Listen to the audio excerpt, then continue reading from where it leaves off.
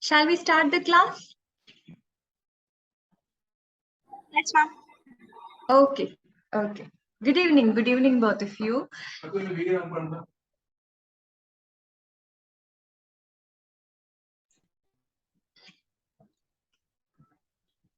So, yeah.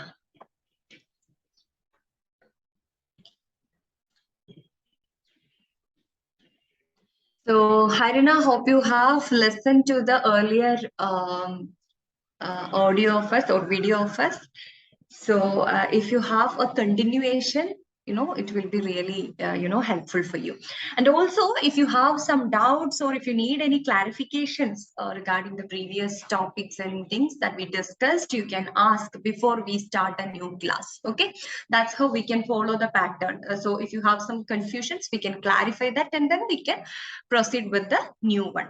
Today, it's a continuation. Actually, we couldn't finish the medieval period, Middle Ages in the last class. So some portion of medieval period will be here in the first part of the class, and we will discuss Chaucer and his contemporaries. We will start with Chaucer. Okay.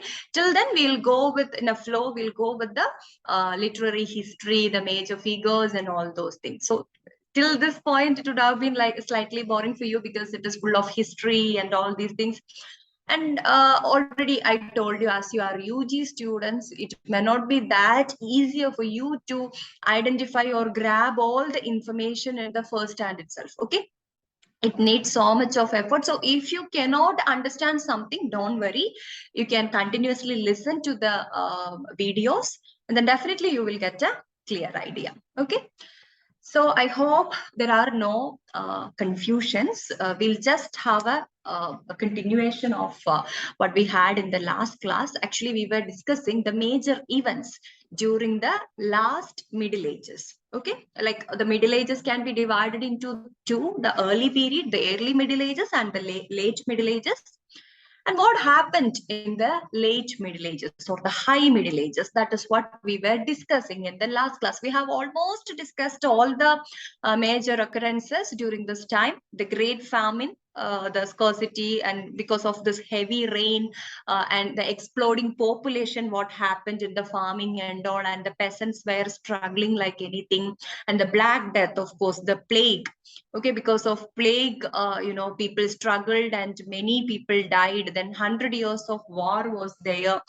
Then of course it was actually the war between France and England. Okay, and it extended for 100 years, which caused lots and lots of problems and issues to Britain and the economic structure of Britain. Actually, the peasants were struggling. We have already discussed in the last class, there were three sections of people: the aristocracy, the episcopacy, and then the peasants. Okay, so the three types of people, or the three stratas, three hierarchical sections were there, and how these people struggled with all these issues. Okay, that is what we discussed in the last class. Then peasants revolt. The peasants started to revolt against these kinds of issues because they were the most struggling category. The clergy, the religious people, the church manipulated them that you should not enjoy any types of luxury. So you should give all the money to the church. So the church grabbed all the money from them. And in the case of the king and the aristocracy, they were like the divine power of king. Okay. King is someone chosen by the god. So king should be the divine power. Likewise, they were also having some kind of an imposing structure. So the peasants actually struggled like anything. And after this famine, Black Death, and all these, the after effects of this war and everything, the peasants got completely fed up with the system and they started to revolt. Okay, they started to resist against these kinds of issues. So that is called peasants revolt.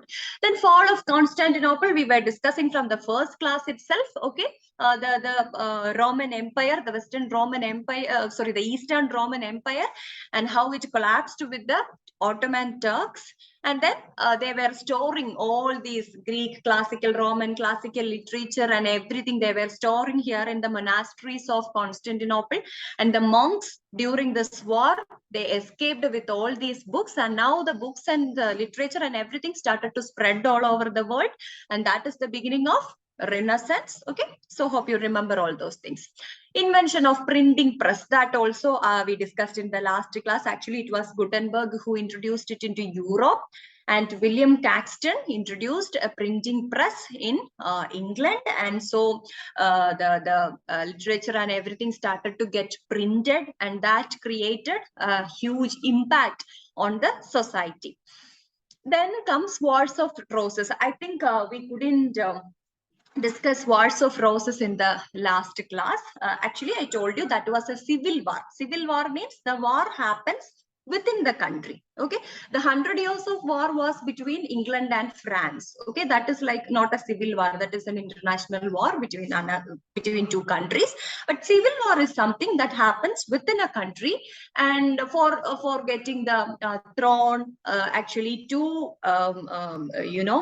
branches of this pregnant dynasties, they were struggling, they were fighting with each other. One is Lancaster and the other one is York. Okay, you just have to keep that history in your mind. That's it. That is the main point, because there were some works which came based on this particular wars and all those things. So you should have an idea of what happened during that time. So Lancaster as well as York were two predominant groups, dynasties during that time. So they were fighting for the throne, and so many fights. It extended for so many years, like almost 1455 to 85. You can see it here on the screen. 55 to 85, it extended almost like a 30 years. Okay, and it came to an end. In the introductory class, I told you it came to an end by Henry the Seventh. Okay, Henry the Seventh, or Henry the Tudor. Actually, he actually killed the other person, like who were struggling, that is Richard III, and he accessed the throne, and he said like, okay, here ends the war, and this is Tudor dynasty. He is Henry the Tudor, and here onwards it is Tudor dynasty. And then Henry VIII continued. Henry VIII was the person who wanted that divorce and all those things. So this Reformation, the Protestant church came in. Hope you remember all that. Then this Queen Mary I came, then Queen Elizabeth I came. With Queen Elizabeth I, there ends the Tudor dynasty. Starts with Henry VII Tudor and ends with Elizabeth I. Okay, that is what the Tudor dynasty. Tudor dynasty was somewhat liberal. Okay, somewhat benevolent towards the people. They were not that, they didn't believe in this divine right of the king and all. So they were somewhat okay, fine for the people. So that's why during the period of Elizabeth, everything was flourishing in England. Literature, arts, and everything was flourishing. Of course, the hierarchical stratas existed even during that time. But still the life of the people, the peasants, okay, that got improved to an extent. Then, of course, awakening of Renaissance and Reformation. This is actually the part of what we have discussed so far. Reformation is, Renaissance is like fall of Constantinople, and after that all these literature spread all over the world. People started to read, people started to understand, and people started to identify that human beings are also important. Human beings are at the center. Humanism, Renaissance humanism. Hope you remember. So all these happened as part of Renaissance, okay? Because they were like, till then I told you, the monasteries, the church were manipulating the people by telling that you all are sinners, okay? You all are good for nothing fellows, okay? Simply you should not enjoy any luxury, something like that. They manipulated the people like anything. And because of this Renaissance, because of these resources from Greek and classical period, people started to identify. There was an awakening, okay, in their intellectual and emotional mindset, and people started to identify that, okay, this is what actually happening. That is what Renaissance. And Reformation is also the Catholic Church, and the monopolic nature they were having was replaced by the Protestants, and this divorce and everything by Henry VIII. It also brought in lots and lots of changes. So we can see this during the last Middle Ages, so many changes because of all this great famine, Black Death, 100 Years of War, peasants revolts. All these caused different types of changes in the society. Okay, that's all. Definitely, you know that the social changes reflect in literature too. right? So we can see the changes in literature as such. So this was the point we were discussing in the last class. Then now we can see the literature, Middle Age literature. Okay, and how is it? Hope the screen is changing. So Middle English literature and the major genres. Let us see which are the major genres during the Middle English period. First, it is allegory. You know what allegory is? I'll explain. Allegory. Then tales of chivalry and adventure. Arthurian legends. Okay, these three were the major genres during the Middle English period. We know that Middle English is not that an expanded period or something like that, but still all these were there. Arthurian legends means King Arthur was there in the earlier period. In the Old English period, King Arthur was there, and he was a great warrior. And based on his, adventurous activities, so many legends. Later on, so many legends came in. And that is what actually Arthurian legends. The famous work is Les Morts d'Arthur. We will discuss that later. It is by Thomas Malory, Les Morts d'Arthur. That is a French work, and that was a very famous work too. And then coming to tales of chivalry and adventure. Hope you remember what chivalry is. We have discussed it in the last class. Chivalry means the code of conduct of a knight, of a soldier. Okay, how a soldier should be. We have discussed it in very detail in the last class. He should be generous, he should be very brave, he should be in his dress codes and everything. So many things are there. That is what called chivalry. So tales of chivalry and adventure, that was also one of the major genres during that time. And then allegory. Okay, this allegory is the popular one. And what is allegory? Do you have an idea of what is allegory? Have you heard of allegory?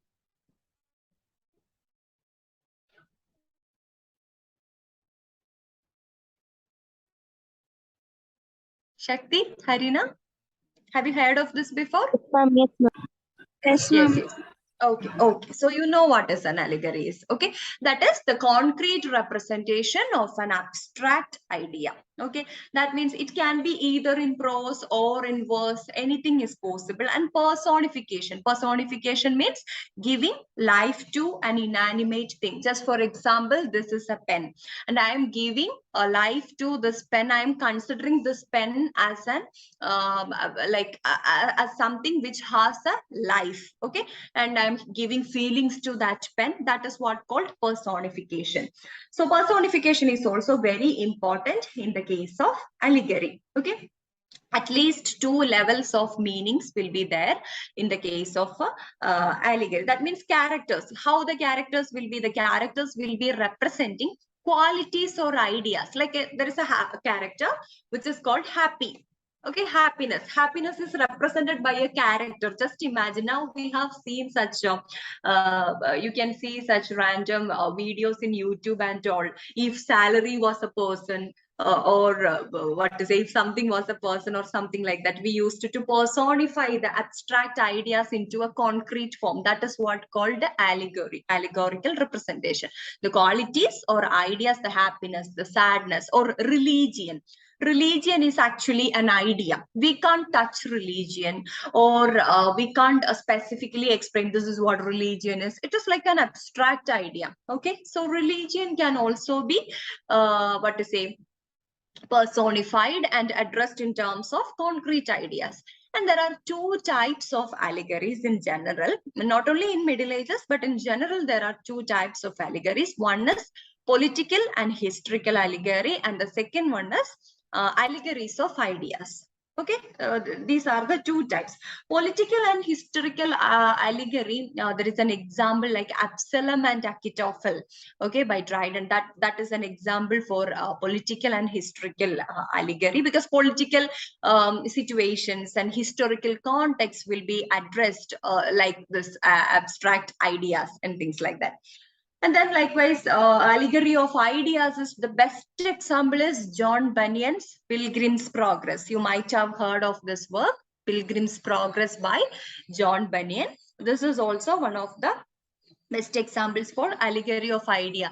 In this, the character, the main character itself is like Christian. Okay, the character's title itself is Christian, and of course he represents Christianity. Okay, the idea of Christianity is represented by the hero, the person Christian. Okay, and happiness, sadness, all these things like greediness, ambition, all these things, the different feelings of human beings are discussed or expressed in the forms of this concrete characters, and personifications are there. So many things are there. So these are the basic idea on allegory. And then Middle English literature, I told you the major genres include first allegory, and these are the famous allegories during the Middle English period. Okay, Middle Ages. Actually, some of these are like French and Latin, but they had English translations. Okay, first of all, it is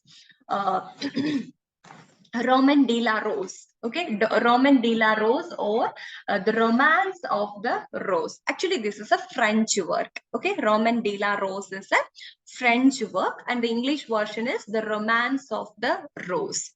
And then Divina Commedia, you might have heard this. That is English. In English, it is translated as Divine Comedy. Divine Comedy by Dante Alighieri.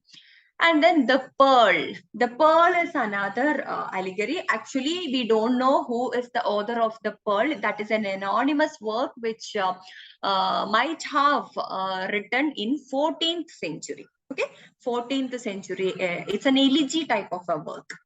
And then Piers the Plowman. Of course, Piers the Plowman is written by William Langland. Langland. William Langland.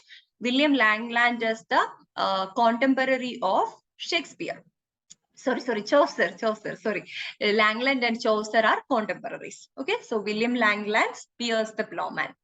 And then here you can see the three works written by Chaucer, Geoffrey Chaucer: the Book of the Duchess, the House of Fame, the Parliament of the Fowls. All these works were written by Geoffrey Chaucer, and all these works are allegories. Okay, so these are the major allegories during the Middle Ages.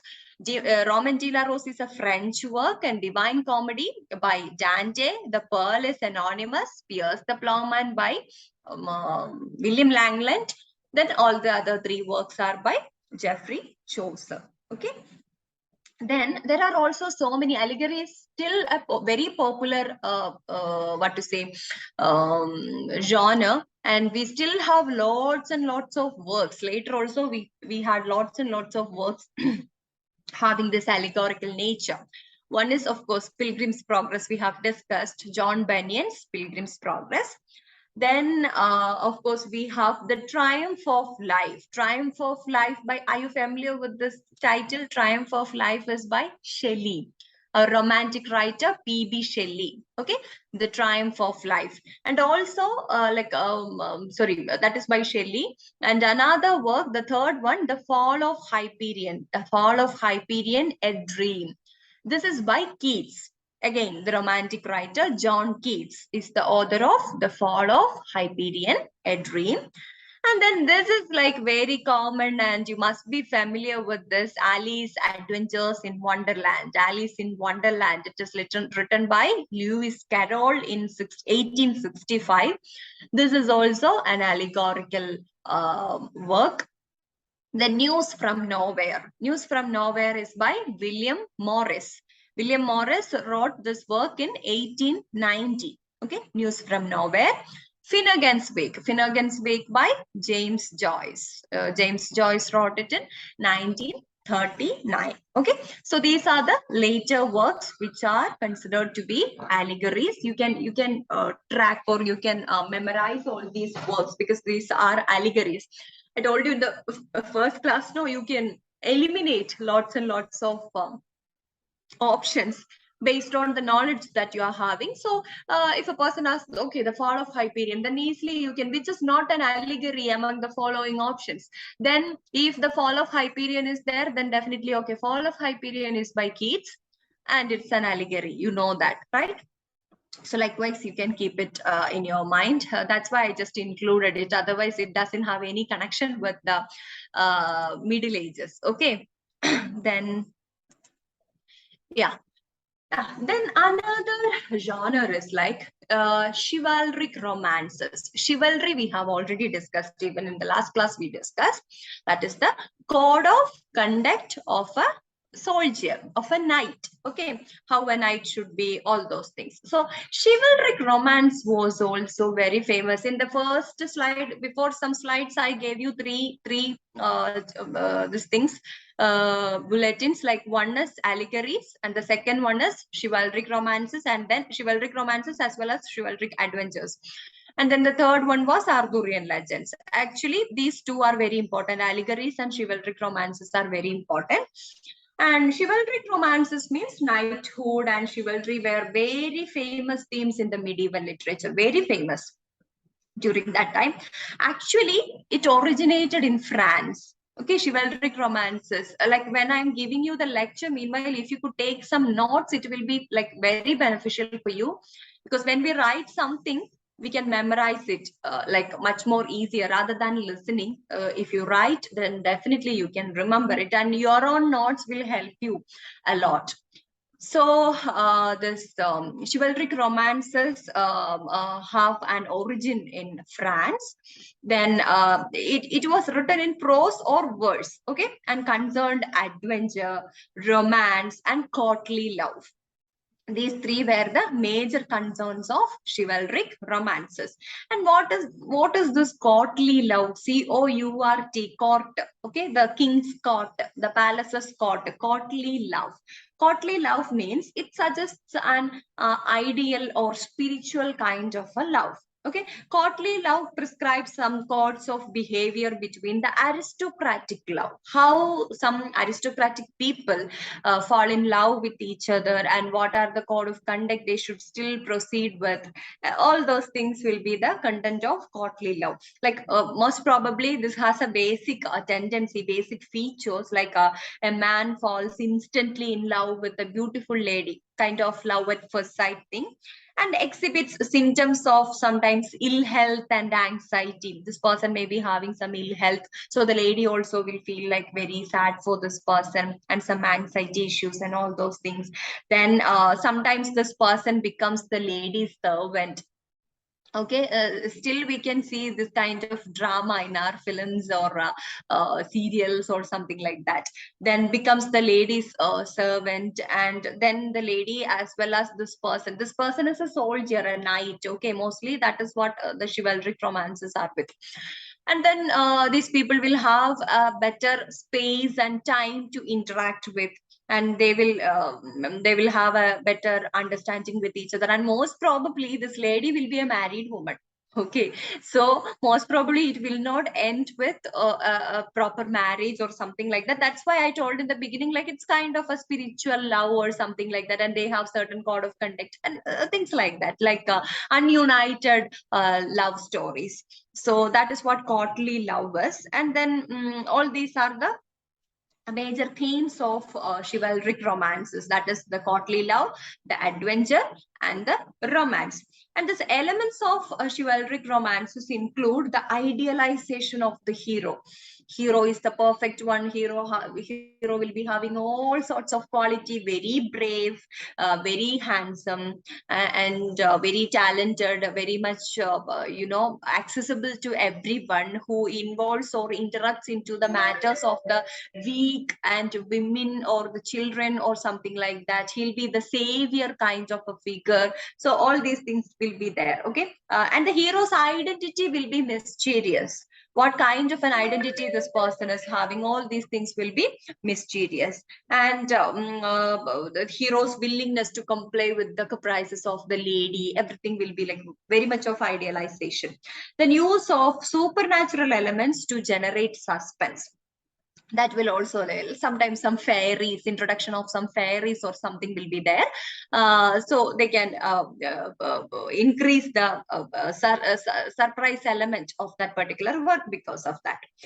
And the emphasis on dangerous and dramatic events, very dramatic. These will be like encounters with some dragons, because they are soldiers, warriors, very brave people. So to increase the suspense, surprise elements, there will be some encounters with the dragons and some jousting tournaments. Jousting is actually Jousting. This is actually kind of a, pleasure thing that happens in between the squires and knights, in between soldiers. Like two people will be on two horses and they'll be fighting with their lancers, okay, and who will win. That it's a very adventurous and dangerous activity. But still they do it for fun, and they do it for, okay, who is more powerful, okay, to show all those things, they'll be doing that. Then some magical enchantments, all these will be like included in the chivalric romances to increase the surprise elements. And these are the famous chivalric romances during the Middle Ages. The first one is Lancelot and Percival. Okay, Lancelot and Percival is like it's a 12th century French work. Lancelot and Percival, not English, 12th century French one. Then King Horn. Second one is King Horn, and this is also like the authorship is anonymous.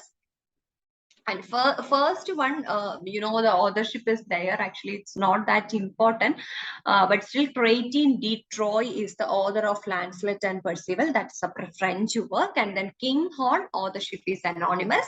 It was written in the 13th century, but this is an English work, not a French work. Okay. Then Parzival. Parzival is like a German work, a 13th century German work, Parzival. Then Sir Gawain and the Green Knight. That is the next one, and that is also English, a 14th century one. This is also anonymous, like we don't know who the author of this work, but still people usually say, like earlier we had an allegory, the pearl, Pearl, pearl. Pearl's author is also anonymous, but people used to say that this particular work as well as the pearl is written by the same person, because there were so many common features and all those things. That's why people used to say so. We don't know exactly who is the author of this particular work. Then Le Morte d'Arthur, I told you, it comes under the Arthurian legends, but of course it has the chivalric romance features also.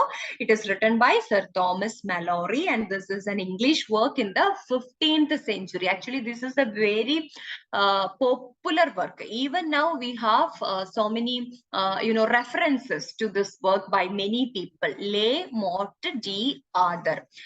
It of course speaks about like a hero, a warrior like person, like Arthur, the King Arthur. It was something like that. And these are the famous chivalric romances during the Middle Ages. Okay. And we can just see who were the major figures during that time. Probably they all are not English, but in the Middle Ages, we are discussing Middle Ages in general. And from Chaucer onwards, we will be exclusively come with the English literary history. Okay. Dante Alighieri is the first person. His lifespan extends from 1265 to 1321. Actually, he born in Florence, Italy. Italian person. Okay. Dante is an Italian. His nationality is Italian. And he belonged to the Florentine political group called the White Guards. That is not that important. And then his works helped to establish the Tuscan dialect of Latin, upon which standard Italian is based. The original standard Italian language is based on the Tuscan dialect. Okay, Tuscan dialect. And he is an influential person, very important figure, who made the Latin language a very standardized, the Italian language a very standardized one by getting some elements of this Tuscan Latin dialect. Okay, Tuscan is a Latin dialect. With the influence of this Tuscan dialect, he could develop the standard Italian language. And then he fell in love with Beatrice Portinari at the age of 9. And then he wrote his first sonnets in the world literature addressed to her. Actually, the love affairs of all these writers are very important because they caused so much of influence and inspiration to these writers to write and bring in new types of literary genres. So she died in 1220. Okay, 1220, and Dante, by then Dante turned to writing. Then his works, okay, his major works are actually given here. You can see the works of Dante here, Il Convivio, and this is a philosophical poetry. Okay, this is a philosophical poetry. Then Monarchia is there. Monarchia is a political philosophy. Okay, first one is a philosophical poetry, and next one is a political philosophy. Then on eloquence in the vernacular, this is actually a Latin essay. Okay, a Latin essay supported the use of vernacular language in poetry. How poetry can use vernacular language, the local language. That is what actually the main content of this essay on eloquence in the vernacular. Then Eclogues is written by him. It's a pastoral poem. Eclogues, do you remember who wrote Eclogues? Another work is there with the same name, Eclogues, Virgil. Hope you remember. The Roman classical writer Virgil wrote Eclogues. Who wrote Aeneid, the great epic Aeneid. And then when you read something, try to recollect. Now Eclogues is there, Dante. Then you should remember. Okay, I have heard somewhere else. Okay, so, likewise, you should go back to the previous lectures and you should identify and you should connect with this. That will really help you. That is also one of the techniques that we can follow. And then, Vita Nova. Okay, Vita Nova is another work that means the new life. New life is the name of, the English translated version of this work. And this is a collection of courtly verses on his love for Beatrice. So all these are the major works. And finally, what comes? The Divine Comedy. Actually, Dante is popular for the work, the Divine Comedy. Okay, that is not included here. You have to include that. The Divine Comedy is also there. That is the long epic poem. Okay, the long epic poem by Dante. Actually, he started writing this in 1308. Okay, 1308, and finished it just before his death, that is 1321. See the time he took to write this great epic, 1308 to 1321. Almost like 12, 13 years, right? So the main theme is life after death, how our life will be after the death. Where will we go? Will we go to the hell or heaven or all these things? And the circles and all these are depicted, picturized in his work, Divine Comedy. Okay, then like Dante called this Commedia first, and this divine part is then later on added this divine. Okay, he called it Commedia because it ended happily. The work ends in a happy mode, so he gave it the name Commedia, and the word divine was added later to this work. Actually, this work, Divine Comedy, is having 3 parts. Okay, this is kind of important. You can note it down. Actually, 3 parts for Divine Comedy. First is Inferno. Inferno. Inferno. Second one is Purgatorio. Purgatorio. Purgatorio. Third one is Paradiso. Paradiso. Paradiso. Okay, Paradiso. These are the 3 ones. Inferno means hell. Okay, Purgatorio means purgatory, describes the purgatory, a mountain rising, the circular legends and all those things. And Paradiso is of course paradise. These are the 3 parts of Divine Comedy. Okay, we'll discuss the next. Are they here?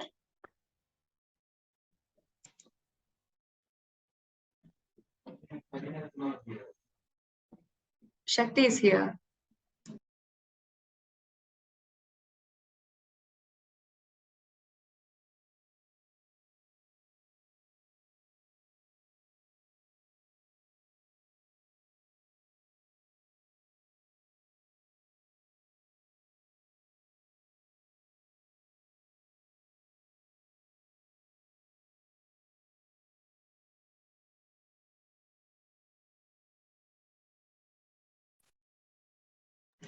Yeah. So, so that is all about Dante. So to have a basic knowledge of Dante is very important. Then we have Giovanni Boccaccio. Okay, it's like usually people pronounce it like Boccaccio, Boccaccio. So many pronunciations are there, but still, the common pronunciation that we have is like Boccaccio. Okay, actually, he is the first great writer of prose in any modern language. First great writer of prose writing. Actually, this Dante's Divine Comedy and everything is in the form of verse, not in prose. So Boccaccio is considered to be the great writer of prose in any modern language. Actually, he initiated several literary forms, several genres. He gave initiation to several literary forms. Filocolo, okay, Filocolo, this is the first one. Filocolo is the work by Boccaccio, is the first Italian prose romance, Filocolo. And then the next one is like Filostrato. Filostrato. This is the first Italian verse romance. Okay, other than those written in minstrels. Actually, there are some minor ones, but still, this is considered the first Italian verse romance, the first major one, Filistrato. Then he also wrote the first Italian idyll. Then his major work is this Tessida. Okay, Tessida is his major work. It's a poem on the story of Theseus, Palamon, and Arcite. These are the three major figures he portrayed in Tessida, and that is also one of the important works by Boccaccio. Then he actually is famous for writing the biography of Dante. Okay, writing the biography of Dante. He's the one, Boccaccio is the one I told you, he's very popular in the case of prose writing. And he's the one who wrote the biography of Dante Alighieri. And he wrote a number of encyclopedic works in Latin, which were widely read in England. He was so popular. And his famous work, one of the famous works by Boccaccio is Decameron. Okay, Decameron, Decameron. Decameron, yeah, it's here. Decameron is like 49 to 53. He took this much of years, like 4 years to write Decameron. You can see Decameron is like 100 stories told over 10 days. You just see, will you get identified with any other works listening to the details of this Decameron? 100 stories told over 10 days, 7 young women and 3 young men flee Florence during the Black Death, during the plague. This is why I told you, like the plague and all those major events, they have influence in the works of literature. And during the Black Death, they all flee Florence and they take refuge for 2 weeks in a countryside. So they spend a hot afternoons by telling stories. They need some kind of entertainments, right? So they started telling stories. So each day the group selects a king or queen who determines the general theme of the story of that day. They were in a group, they were refugees, they don't have any other thing to do. It was the afternoons are very hot there. So they thought like, okay, today we will select one king and one queen, and they can select the theme of the theme of today's stories, and based on that theme everyone has to tell a story. This is what their plan was, and they told almost 100 stories, and compiling all these 100 stories will get the book Decameron. So it will be like very versatile, different people, different gender, different places. So they told the different stories and all are compiled together, 100 stories. Why I explained the details of Decameron? Because Decameron is the inspiration or the model for Geoffrey Chaucer to write Canterbury Tales, the famous, the great work that we are celebrating even now. Okay, so Canterbury Tales is based on or modeled on Boccaccio's Decameron. Okay, so this is very important information. Please try to recollect this information sometimes later. Then there were so many themes also. The themes are designated to the complexity of human beings, the helplessness before the force of nature and the fate, because they are refugees and it is plague. It happened all of a sudden, just like COVID happened now. We didn't expect that COVID will come. So many people had to change so much of things, their lifestyle, the work they were doing, and so many things. Everything changed in our life, right? So likewise, plague changed everything. Plague took the lives of many. So these were the major themes of this particular work, and it gives a total view of the Italian society, how the Italian society is all about, because these people are from the different stratas of different parts of different geographical regions of Italy. So it gives a wide variety of informations on Italy too. Okay, so that is what the importance of Boccaccio and his Decameron.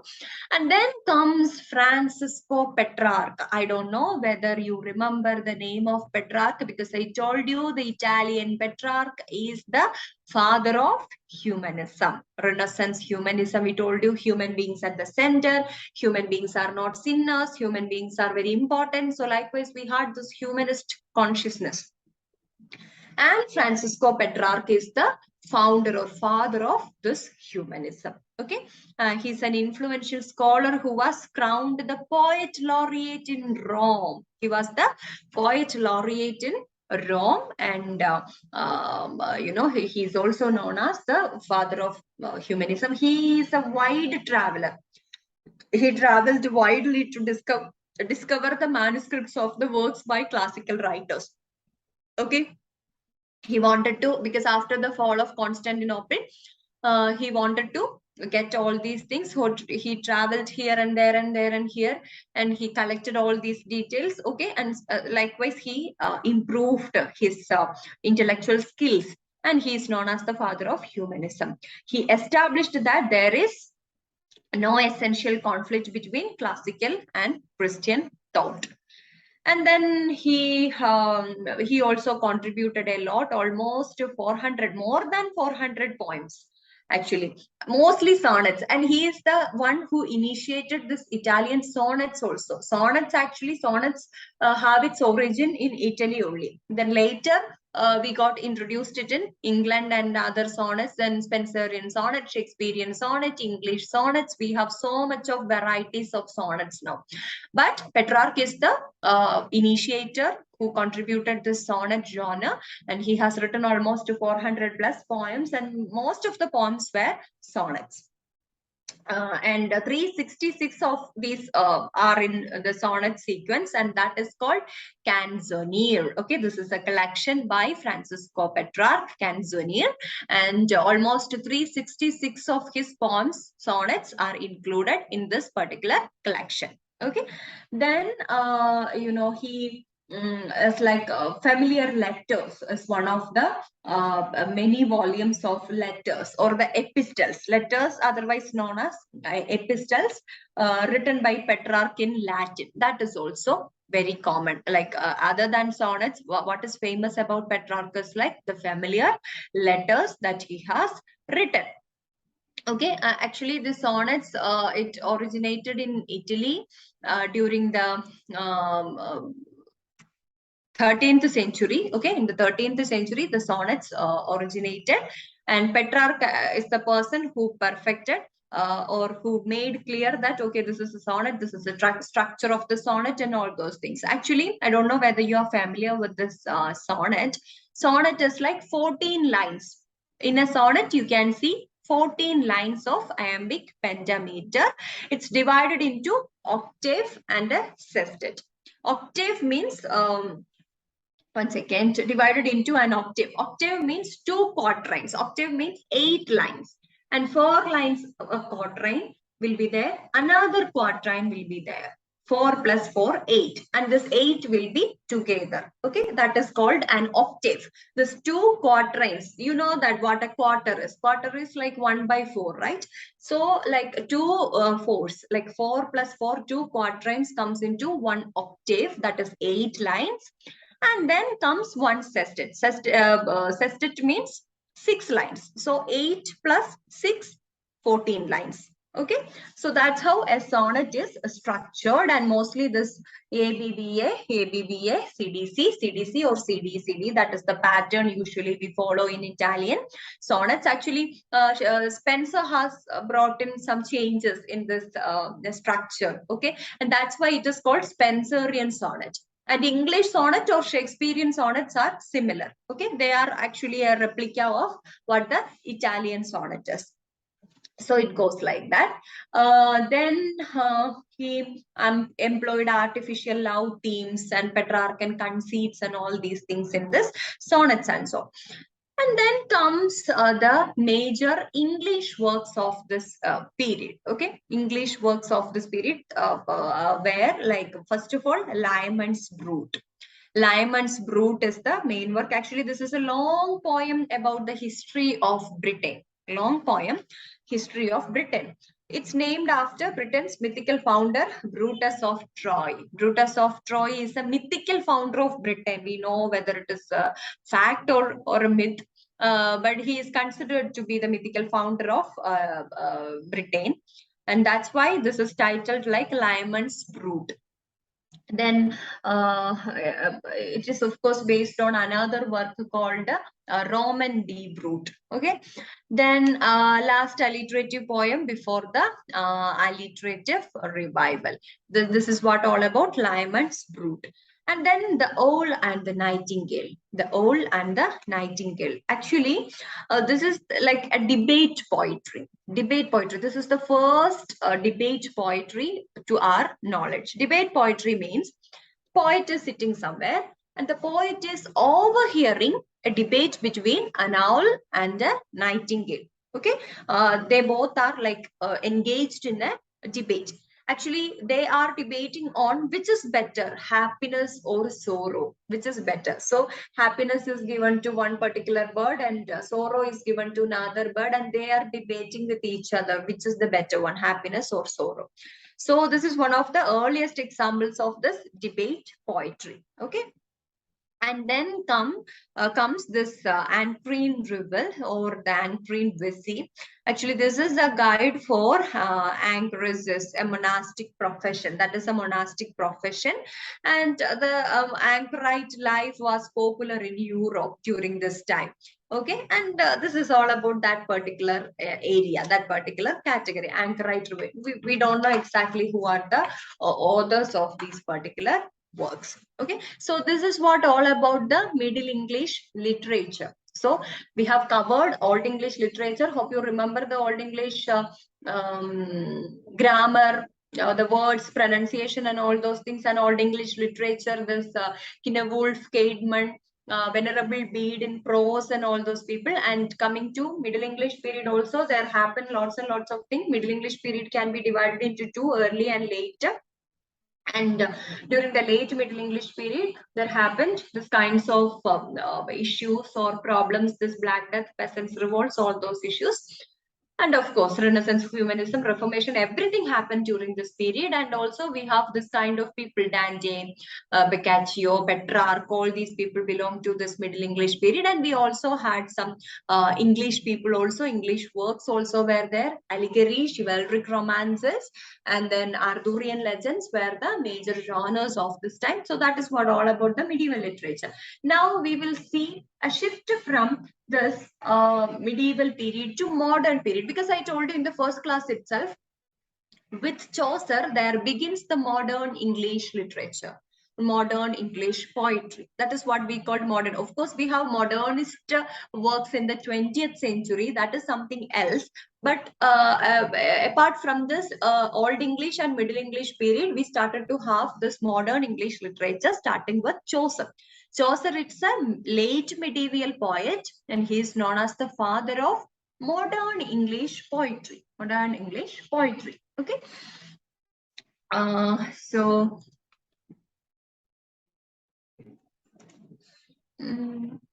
one second.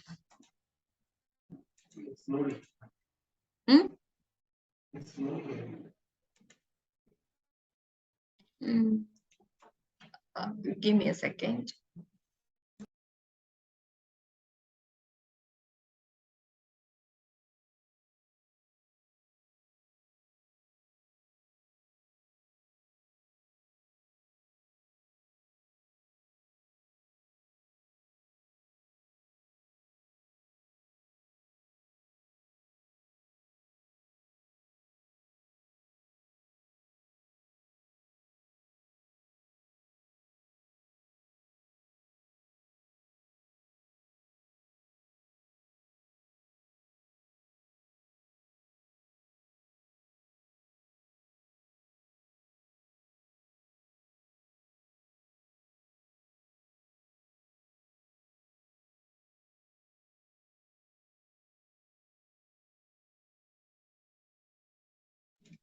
Okay. So the transition from medieval to modern literature, that is what we are going to discuss now. There are so many reasons for this change, just like we have discussed the major occurrences in the medieval period, all of them post, and also there are so many other reasons too. First one is literature changed from the oral to written form. Hope you remember that it can be connected with the establishment of printing press introduced by William Caxton.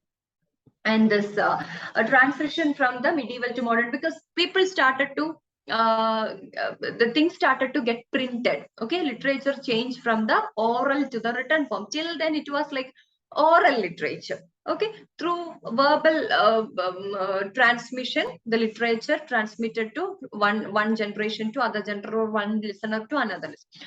But now it started to get printed. Okay, that is the difference. In written literature, the focus shifted from the text to the reader. Till then it was like the focus was exclusively on the text. Now I am reciting a poem, and you are hearing, Shakti is listening to me, and then Shakti will be like making some changes. Okay, everyone was poets, everyone was contributing to the development of the poems during that time. Shakti will be contributing, and then she'll be reciting this to Harina. Then Harina, when she gives this to another person, when she recites this to another person, or sings this to another person, she'll also make some changes. So it goes like that. But in the case of written form, this is changed. With printing, this anonymity gave way to authorship. If you ask me, okay, who is the author? Who composed this? Maybe I don't know. No, I heard it from someone else. Some random guy was singing this to me. I may say like that. But with printing, this anonymity gave way to authorship. We know that who is the exact author who wrote this thing. And English established as a literary language by this time. I told you this was a peasant's language. And by the medieval period, so many changes. We got so many derivations and words from French and Latin. So English was now formed into a composed language. So that is also another reason.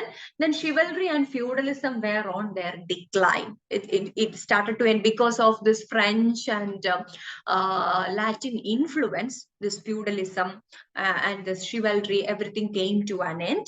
And constitutional liberty asserted. Till then, I told you, no, king was the ruler. It's the divine power and all those things. But after King John's signing of this Magna Carta, you may be familiar with Magna Carta, that happened in 1215. The king is no longer the absolute authority. There was a constitution, and this constitutional liberty was asserted. Diplomacy, democracy, everything started to occur. Everyone started to see people as equal and all those things. So these are the major reasons for a shift from this medieval to modern period. And we have a number of writers, poets during this time, including Chaucer. Of course, you are familiar with Geoffrey Chaucer, I know. Geoffrey Chaucer and William Langland. I told you, William Langland is the famous contemporary of Geoffrey Chaucer, who wrote Piers the Plowman, the Allegory. And then Gower, John Gower was there, Gower, okay? And he is like less sharp than Langland, but he was also a major contemporary of this time. Then Wycliffe. Okay, Wycliffe was famous for writing this Bible. He translated the Bible. Wycliffe's version of Bible was there. So he was a spiritual protest attack the corruption of clergy, and although he was very much fed up with the corruption of clergy, the religious people. So he wanted to revolt against that, and he translated the Wycliffe's Bible. The Bible was translated by Wycliffe, and it is known as Wycliffe's Bible. And it created so much of, changes in the society. Now we'll see about Geoffrey Chaucer. Next slide. Geoffrey Chaucer's lifespan extends from 1340 to 1400, and he is of course known as the father of English poetry, and he is the first poet of national importance too. Till then we had so many poets, but They were not that celebrated nationally. Okay, but he was the one during his lifetime itself, he got that popularity, and he was the poet of national importance, not a particular geographical region's importance. And this career can be divided into three phases depending on the works that he has written. And either you can part it like French period, Middle period, and Italian period, or you can like say it like first period, Italian period, and English period, or sometimes you can first stage, second stage, third stage. That is also possible. This is just for the sake of like he had all these influences during that time. French period, during the French period, he had this French influences, and then during the middle period, like okay, it was like kind of normal influence, and Italian influence was also there. It was kind of like a combination of all these things, and then comes English period. Or sometimes people say like that is the Italian period that he had. So this kind of random classifications are possible. And his patron was John of Gaunt. Okay, during that time, of course, people had patrons from aristocracy. Then only they'll be able to write and publish and get this popularity and all those things. So his patron was John of Gaunt. Actually, whatever regarding Chaucer are very important. So who's the patron of Chaucer is also an important information.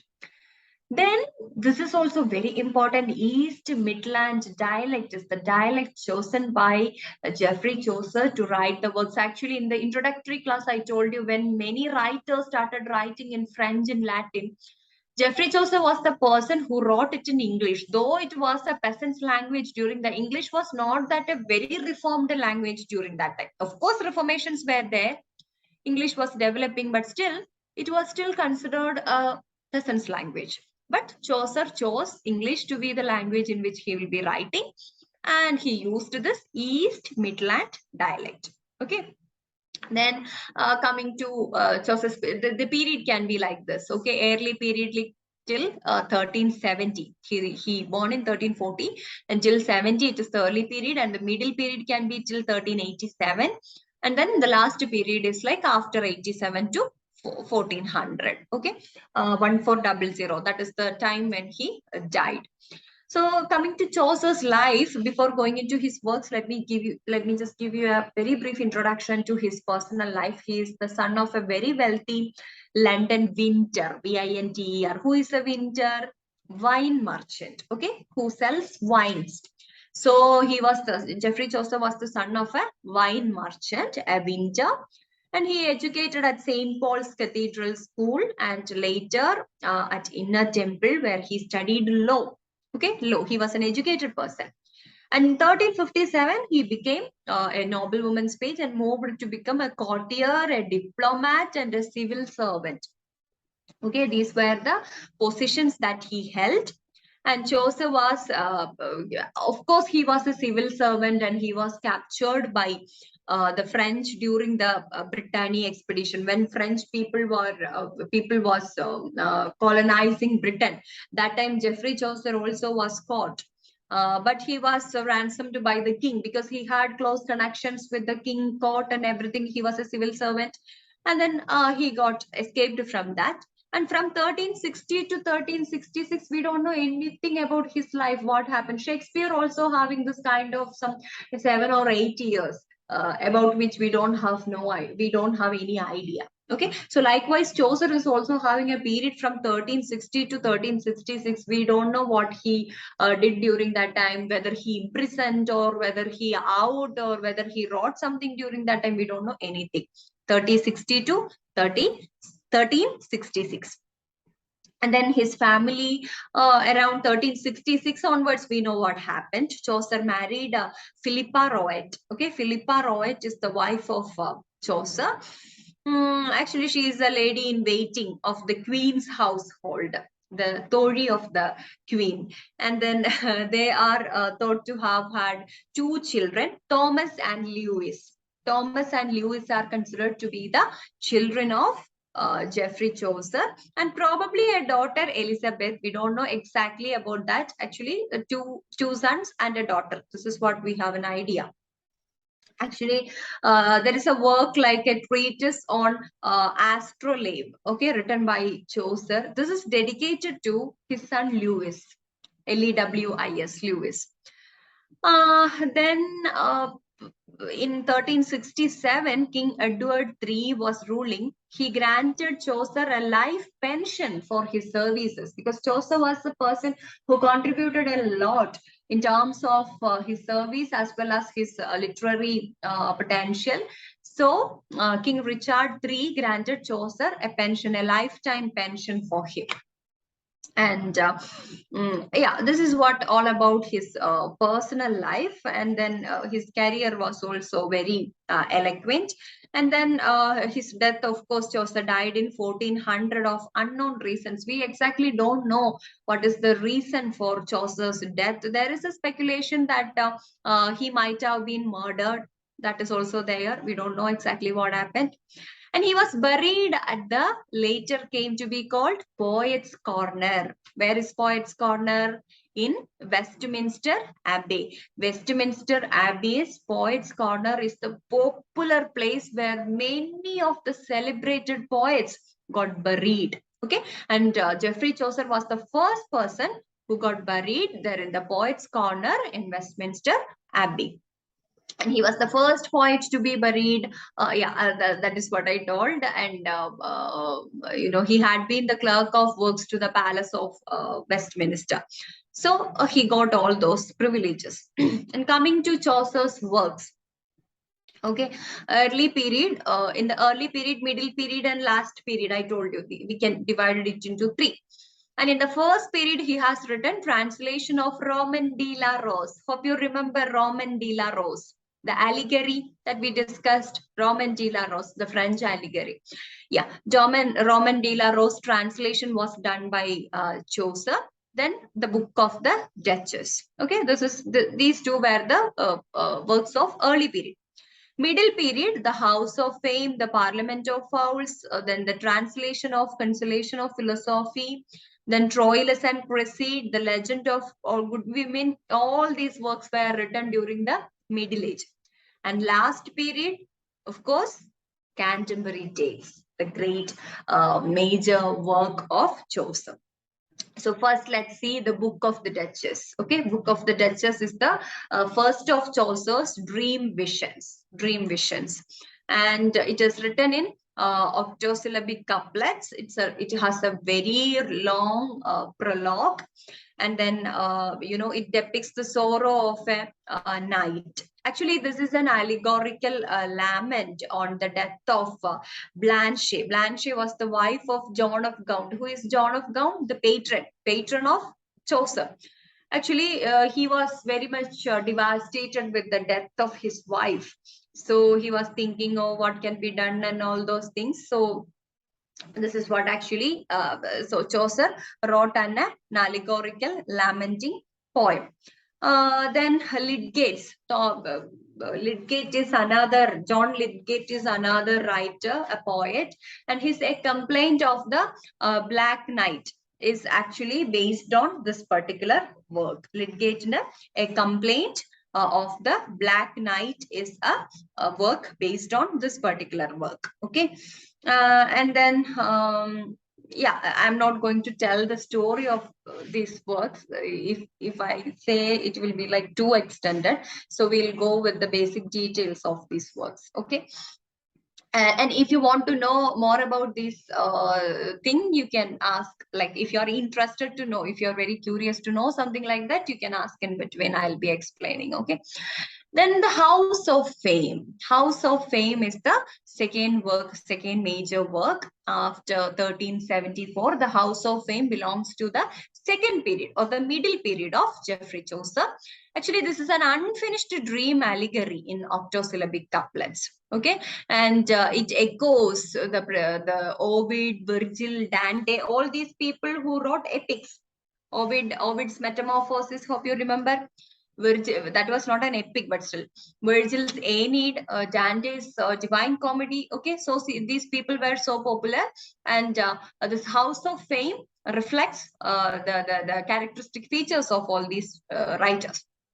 And then Lydgate's The Temple of Glass and Alexander Pope's the Temple of Fame. Both these works are based on Chaucer's The House of Fame. Actually, these are like kind of something that you should try to keep in your mind, because which work is based on which work, that is really important. Now, Canterbury Tales is based on Boccaccio's Decameron, and John Lydgate's The Temple of Glass is based on Chaucer's The House of Fame. Alexander Pope, who was writing in the neoclassical period, the 17th century, 18th century writer, Alexander Pope's 18th century, his work is like The Temple of Fame. It is based on Chaucer's work. Okay, so likewise, you have to understand the importance of all these works. Then comes Parliament of Fowls. That is the next one, I guess, the Parliament of Fowls, yes. Dream allegory, of course, this is also a dream allegory, that the poet will be in a dream and someone will be guiding him and he'll go and see so many things, and abstract ideas will be represented in the concrete terms, all these things. So dream allegory in 7-lined Chaucerian stanza. Its rhyme couplet is like A, B, B, C, C. And then he believed in an allegory on the betrothal of King Richard II to Anne of Bohemia. Okay, this is an allegory for them on their betrothal. Okay, this happened on the betrothal of these two people. Parliament of Fowls. Then come Troilus and Cresside. Okay, another popular work during the Middle Period. Actually, this is a finished poem in Chaucerian stanza.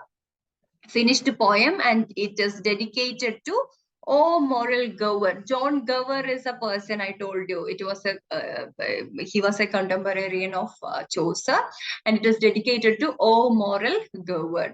And this is considered Chaucer's longest single poem. Longest single poem. Okay, like longest work is like, of course, Canterbury Tales, because it has different tales told by different people, just like Decameron. But this is the single poem, which is the longest one. And then, yeah, see, this is also modeled on Boccaccio. Boccaccio's Philostrato. We have discussed Philostrato earlier, right? So this particular work, Troilus and Cresside, is also based on Boccaccio's work, that is Philostrato. And this is like less cynical and misogynistic than Boccaccio's. Boccaccio's version was very misogynistic. Misogynistic means aversion towards women, very sexist. But this is not that misogynistic and cynical, just like Boccaccio. But okay, fine. But this is, of course, a version based on that. And resembles courtly romance. Hope you remember what courtly romance, chivalric romance, and all those things are. And next one, the Legend of Good Women. Legend of Good Women is a decasyllabic couplet. That means heroic couplet. Okay, heroic couplet 1, and this is there is a prologue, and there are 9 tales included in the Legend of Good Women, and the theme is like the betrayal of a good woman by wicked men. Wicked men are betraying a very good women. That is the the theme of this work. And like other works are like the Legend of Saint Cecilia, Palamon and Arcite, Treatise on the Astrolabe. Treatise on the Astrolabe, do you remember to whom it is dedicated? His son Lewis. Okay, to his son Lewis it is dedicated. Treatise on Astrolabe. Palamon and Arcite, the Legend of Saint Cecilia. All these are the major works of Chaucer. I think we can continue with the Canterbury Tales tomorrow, because only 3 minutes and 45 seconds left. So we cannot finish even the introduction of Canterbury Tales. Of course, Canterbury Tales is, I told you, it's based on Boccaccio's Decameron.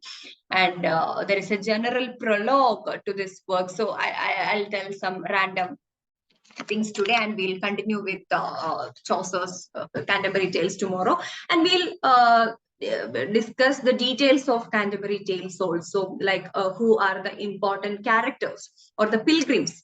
Do you have an idea of Canterbury Tales? Are you familiar with this work before? Yes, ma'am. Yes. Just the title. Sorry, Shakti?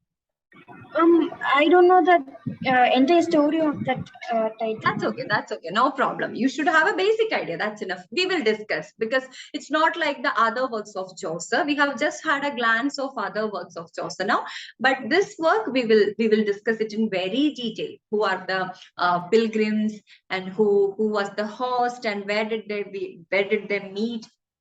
What was the purpose of their journey and why they planned this kind of a thing. All these things will be discussed, and also the characters. Actually, what is so important about Canterbury Tales is like there are 29 pilgrims plus Chaucer. Chaucer is also the author, the poet is also a pilgrim. So we can say like in total we have 30 pilgrims. Other than, usually this is a confusing question, like how many pilgrims, how many people were there in total and all these things. So other than Chaucer, there were 29 people plus Chaucer. Chaucer was also a pilgrim. The poet was also a pilgrim. So we can say like in total there are 30 pilgrims, and then one host. Tabard Inn, Tabard. Tabard Inn was the inn where all these people met, and from there they started their journey to the shrine of Thomas Becket. Okay, that is a pilgrimage. They were on a pilgrimage, and Harry Bailey is the host. So, including Harry Bailey, there are 31 people. Other than that, other than Harry Bailey, 30 people, including Chaucer.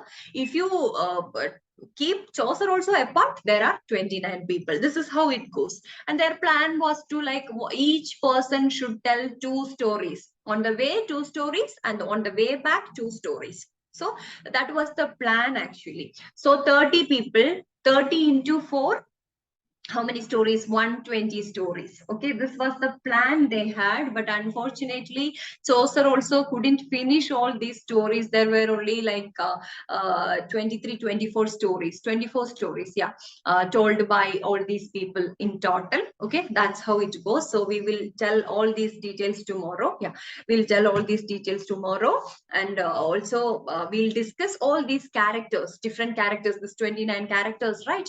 So we'll discuss the characteristic features of it. That will be really interesting. All these things in tomorrow's class. So thank you so much for your active and patient listening. If you have any confusions in the portions that we discussed so far, we can discuss it tomorrow. Okay? Yeah.